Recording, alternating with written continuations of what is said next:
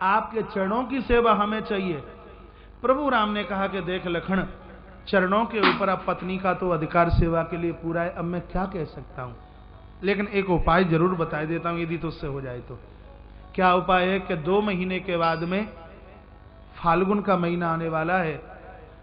पहले फाल्गुन में भाभी देवर के साथ में होली खेलती है, और होली के बाद में फिर वो भाभी अपने देवर को बोलती है तुम्हें जो चाहिए सो हमसे मांग लीजिए, तो मेरे चरणों की सेवा मांग लेना और तेरा काम बन जाएगा।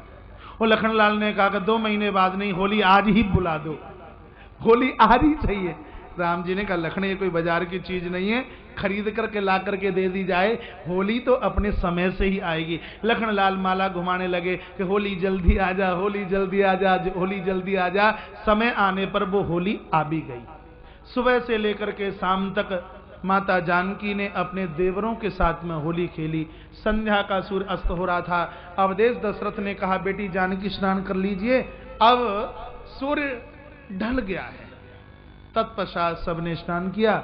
माता जानकी ने भरत को कहा भरतलाल वरदान मांगिए, क्या चाहिए। भरतलाल जी ने कहा राम जी के चरणों में सेवा, राम जी के चरणों में प्रीति बनी रहे, और हम आपसे क्या चाहते हैं। शत्रुघ्न को पूछा, शत्रुघ्न जी ने कहा भैया भरत के चरणों में लगा रहा हूं, ये चाहिए। लखनलाल का नंबर आया। लखनलाल ये ऐसे बोलते हैं कि सब ले लो और सब फ्री है, तब हमारा नंबर लगा देना, कोई बात नहीं। तब लखनलाल का नंबर आया। लखनलाल को कहा तुम्हें क्या चाहिए। लखनलाल ने कहा दे दोगी। माता जानकी कहती है अरे बोलिए तो सही, हम रघुवंश की बहू हैं, जो तुम कहोगे हम देने को तैयार हैं। लखनलाल ने कहा त्रबाचा भरिए।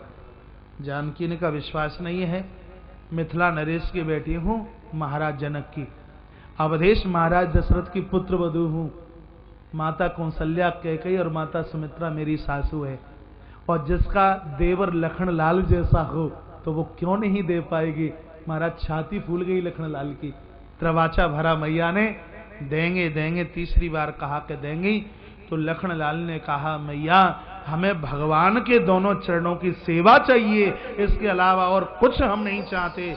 इतना कहा कि धड़ाम से अचेतन होकर के मैया धरती पर गिर पड़ी, बेहोश हो गई। राम जी की सेवा ही नहीं तो फिर जीवन किस काम का।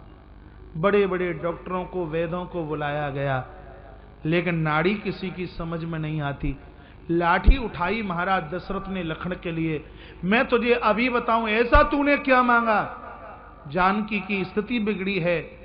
महाराज लखनलाल रोते रोते रोते रोते प्रभु राम के पास पहुंचे और कहा भगवान मुझे आपके चरणों की सेवा कभी भी नहीं चाहिए, कैसे भी मेरी मैया के प्राणों को बचा लीजिए, मेरी मैया बच नहीं सकती, बहुत हालत गंभीर है। राम जी ने कहा क्या हुआ, क्या ऐसा तूने मांग लिया। कहा आपने कहा था चरणों की सेवा मांग लेना, मैंने चरणों की सेवा मांगी और मैया धड़ाम से नीचे गिर पड़ी, तो राम जी ने डांट लगाई कि तुझे ऐसा नहीं करना चाहिए था, तूने फिर ऐसा क्यों मांगा।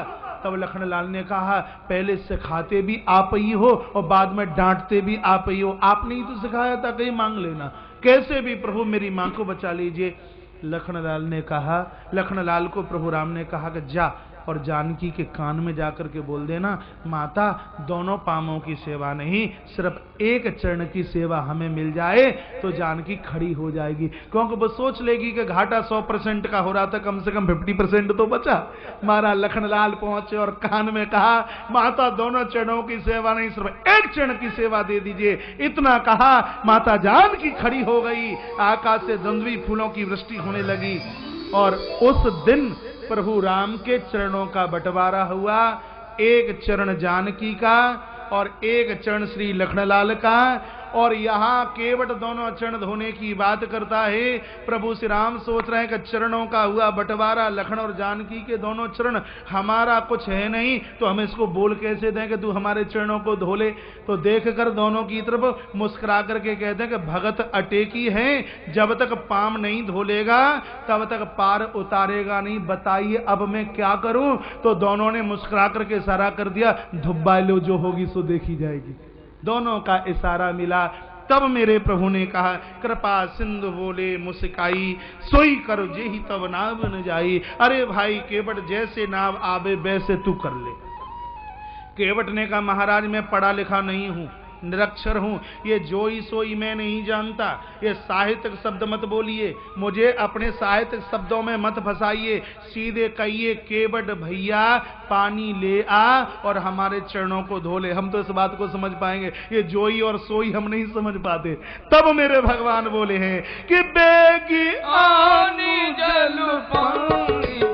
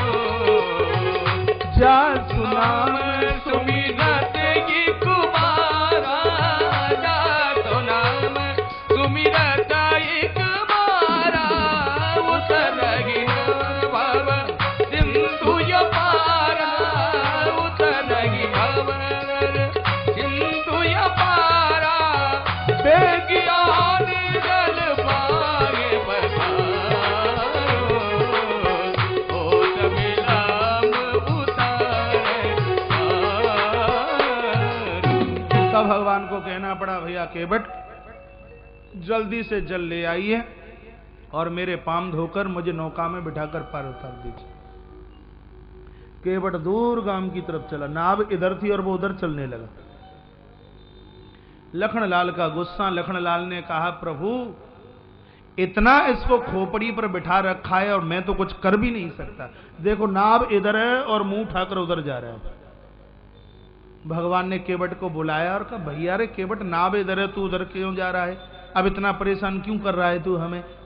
तब केवट ने कहा भगवान पढ़ा लिखा नहीं हूं, लेकिन संतों के मुंह से सुना है कि सत्संग में पूजा करते समय संत महापुरुषों के भगवान के चरण धोते समय यदि पति और पत्नी दोनों चरणों का अभिषेक करें तो उसका पूरा का पूरा फल मिलता है। इसलिए घर पर पत्नी को लेने के लिए जा रहा हूं, तब तक इंतजार करना।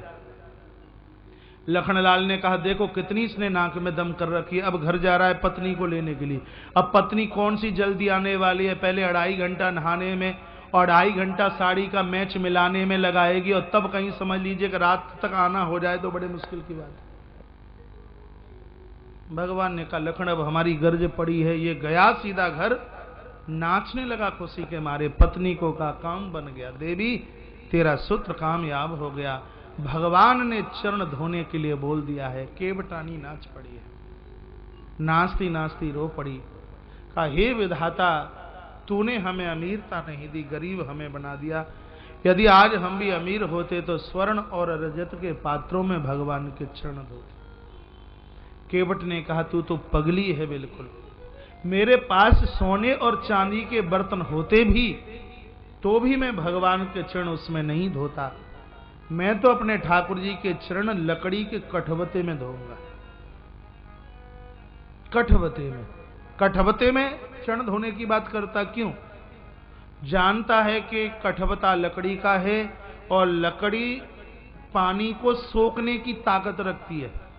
बोलता है कि इस कठवते में चरण धोऊंगा तो लकड़ी उस चरण जल को सोख लेगी और फिर इस कठवते को उठाकर मैं तुझे रसोई में दे दूंगा, फिर इसमें आटा लगा लगा करके फिर तू भोजन हमें कराती रहे ना, खुद करते रहे ना। तो भगवान के चरणोदक का नित्य हमें सौभाग्य